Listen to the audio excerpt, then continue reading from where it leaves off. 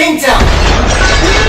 Welcome to GameTout, the show where I tout for 4 minutes about video game topics that you want to know. Today's topic: what are your thoughts of Nintendo's presentation at E3 2015? Alright, let's go ahead and put 4 minutes on the clock, and actually, it's a special episode today.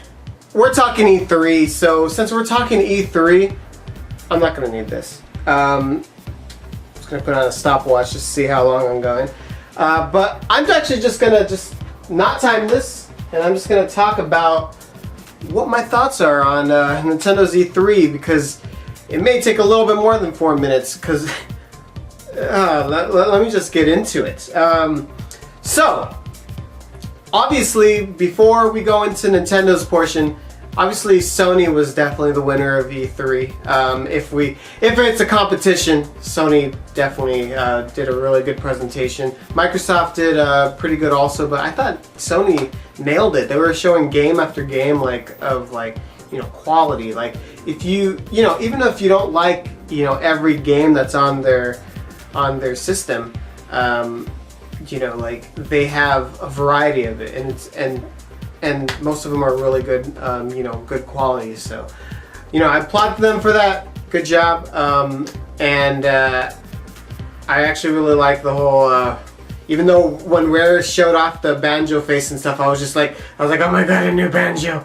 But then it's just, it's the 30 Rare games and for $30. That's cool. Hey, no haters. If it was coming out for the Nintendo, everybody would be like, let's play. So don't do fanboys. I'm just literally saying it. It was cool.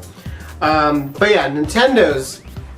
I was more disappointed than happy about the presentation. It wasn't all bad, but there was a lot of it that was wrong with it. So basically, it opened up with Star Fox. Star Fox. I love Star Fox. But the game looked really dated to me. Like when I saw it, I was like, oh, the trailer was okay. Like I was just like, it didn't really impress me very much. After the E3, when they started playing the game, that's when I fell in love with it. It actually looks really good. But just during the presentation, I don't know, for some reason it just. Maybe it was because of how dated it looks. Like it actually looks like, to me, it kind of looked like a GameCube game or like a barely beginning Wii game, and it just didn't. I don't know. It just it looked very not high tech. I don't know. And I'm not sold about the controls. If you watch my LPs and if you watch my videos regularly, you'll know that I'm not too big of a fan of motion controls, and I have no idea why. I'm a Zelda fan. I mean, not Zelda fan, Nintendo fan, because they fucking love motion controls, but I don't really care for them. I'm hoping that it's true that you could turn them off, but I don't know. It's just like, yeah, I see some people say the best way to describe it is because you're using both joysticks, but you're also using the motion to control, so you're basically it actually looked like it played okay, but as far as just classic play, I would rather do that. I'm not too big on this Wii U controller, kind of like when Four Swords first came out for the GameCube, Four Swords Adventure. You play it on your Game Boy, and then when he goes into a cage, you look down on your controller and do that. It's a cool concept, but that's where it ends. It's just, to me, it's just oh, that's unique. But I'm more about I really like the gameplay in the game. I like the puzzles. I like story and stuff like that. And to me, that it doesn't get me as interactive as it should, I guess, because Nintendo's usually you'll feel like you're in the game, and I don't feel like that. I've never felt like that with motion controls. So it's just a meh thing for me, I guess.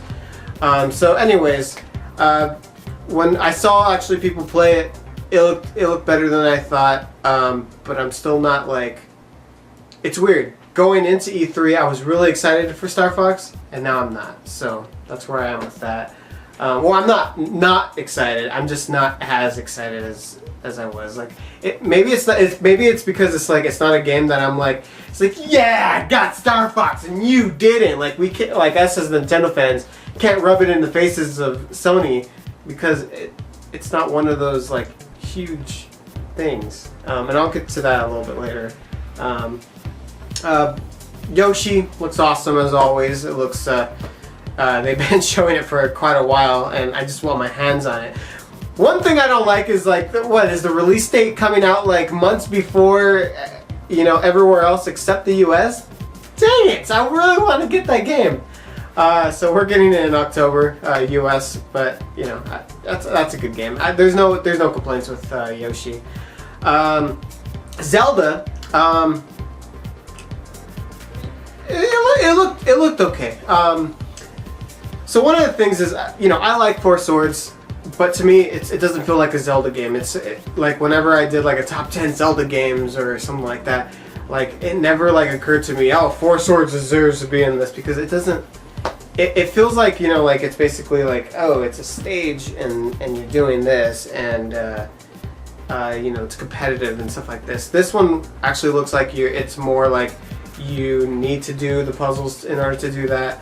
I heard that there's no voice chat, and with all the reviews that I was hearing at E3 was basically like it was really hard to get people to do stuff with you.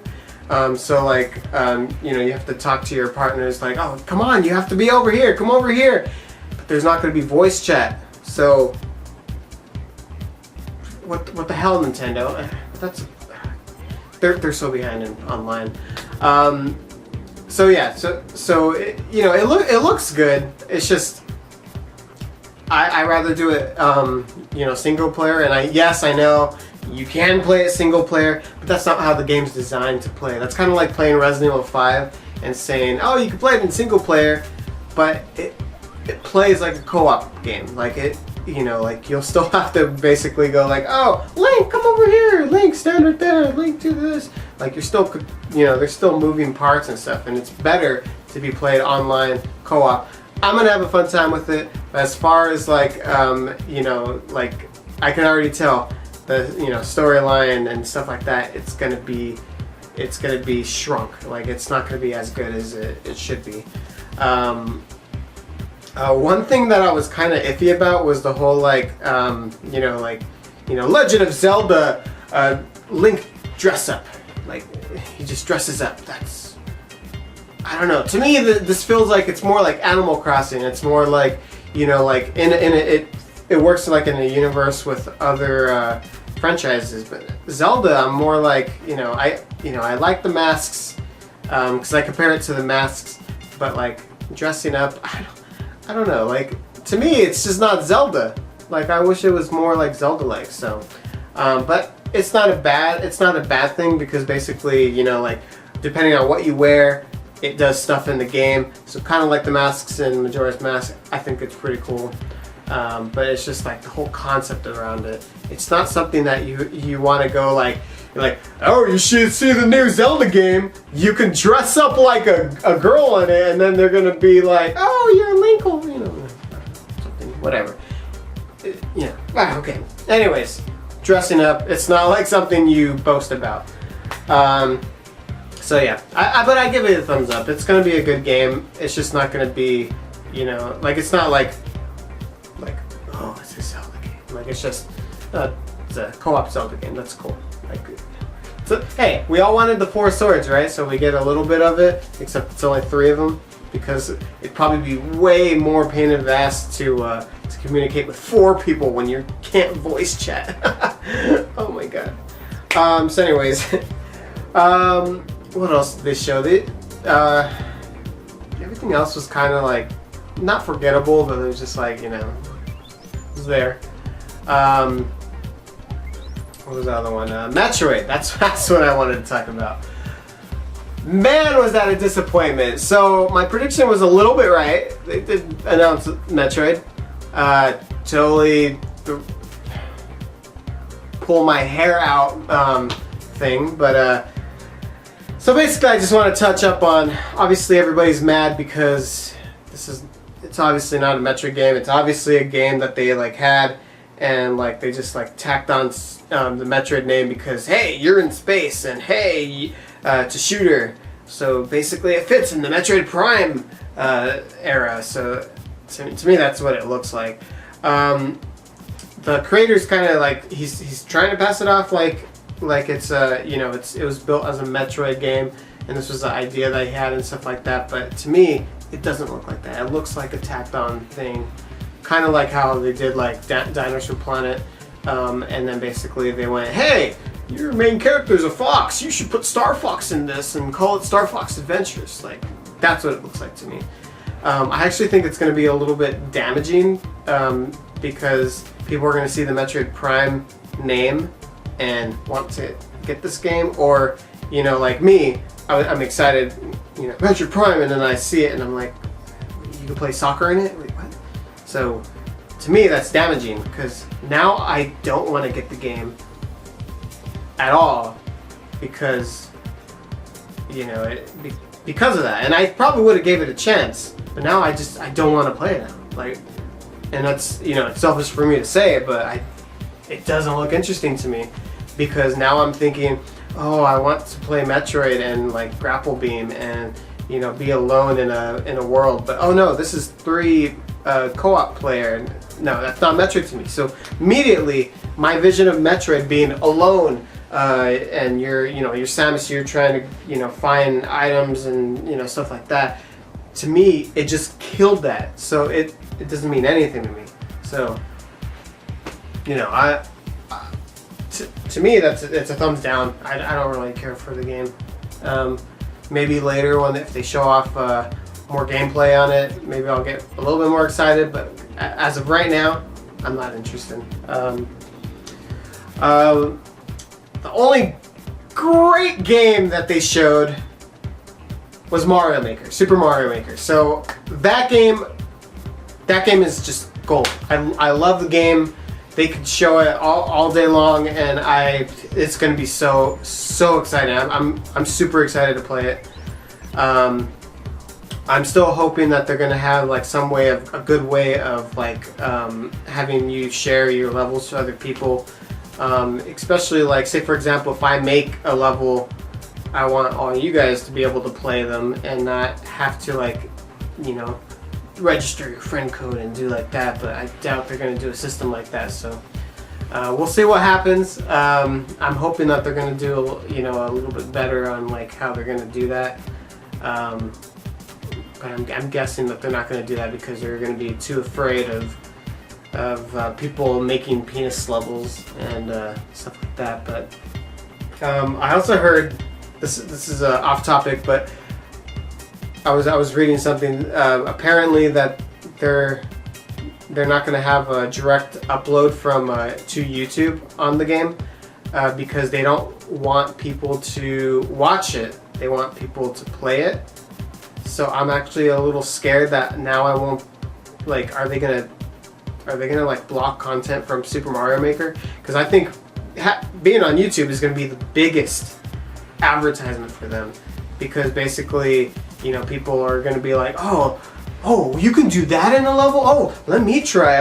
Oh, you can make it like this? Oh my God, like people will get the game because they're seeing it. And they're going to try to replicate some things that they do, and like, you know, they're just going to build off each other. It's going to be awesome. I think it's going to be great if they do that. So hopefully they don't do strikes where they, you know, like where, you know, they flag a video like right away once you do that.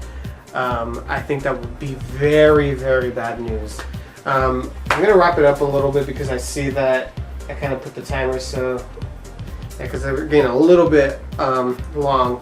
But overall, this is kind of where I'm coming from. It was a disappointment because, and you can argue all day long, you know, like, oh, you know, Nintendo, they have a strong lineup.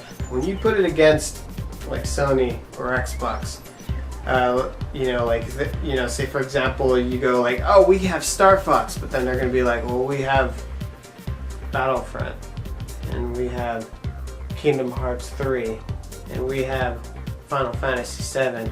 Well, we have you know, this. Basically, if they trade games, you know, there's more quality over here than over here. Really, the only, you know, games that are coming out for like the Wii U lineup is like those 3 games, like Yoshi, Star Fox, and Mario Maker. Other than that, it's like, what else are we looking really forward to? Like big names, like you know, big quality games going into 2016. Like there's really nothing, you know, like solid that's going on right there. You know, I actually am a little disappointed that they didn't show off, you know, Zelda U, because, you know, by not having Zelda U being shown, you're basically saying, ooh, there's going to be something big that they want to focus on. Like they want to focus on, you know, other stuff. There was no big reveal. There's nothing, you know, it was stuff that we already knew about and stuff. So I don't know. I think Mario Maker is going to be a big seller, so that actually might sell the Wii U. Other than that, I don't think Star Fox is going to sell systems. I don't. Yoshi's not really going to sell systems, but a lot of people are going to get those games that have this system. So I really think the end of the Wii U is coming very soon, which, you know, they already announced they're going to talk. They're at least going to talk about the NX next year. So hopefully it's a new big great showing for Nintendo next year, because if not, I don't know what else they could do with the Wii U. Like it's going to start crashing pretty soon, which it's not going to be a big crash because it hasn't really sold very much to begin with. Okay, anyways, sorry to be a downer. I'm a Nintendo fan. You gotta realize this, and I'm saying this. It hurts me, it pains me to say that. So anyways, thank you guys so much for watching GameTout, and I will see you guys next time. Later. Ow!